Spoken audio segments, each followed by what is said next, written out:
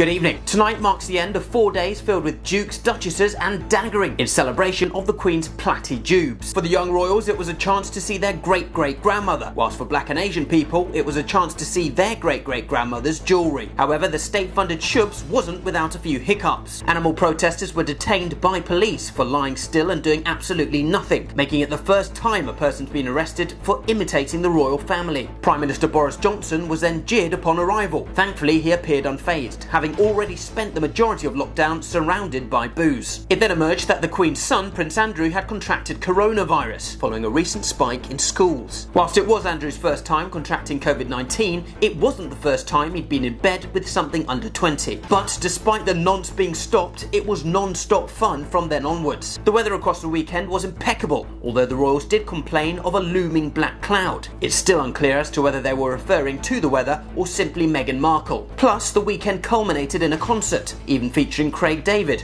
who performed 7 days, presumably referring to how long the 14.5 million families in poverty are currently having to wait between meals. The nation was even treated to a sketch, with Ben Whishaw as Paddington, the Queen as herself, and Liam Payne as the sandwich. If you don't remove those hands, there's a high likelihood you'll never use them again. 4 days of regal raving, but also a valid point. Why solve the cost of living crisis when for just £28 million you can distract people from it? Barty Crease, BBC News.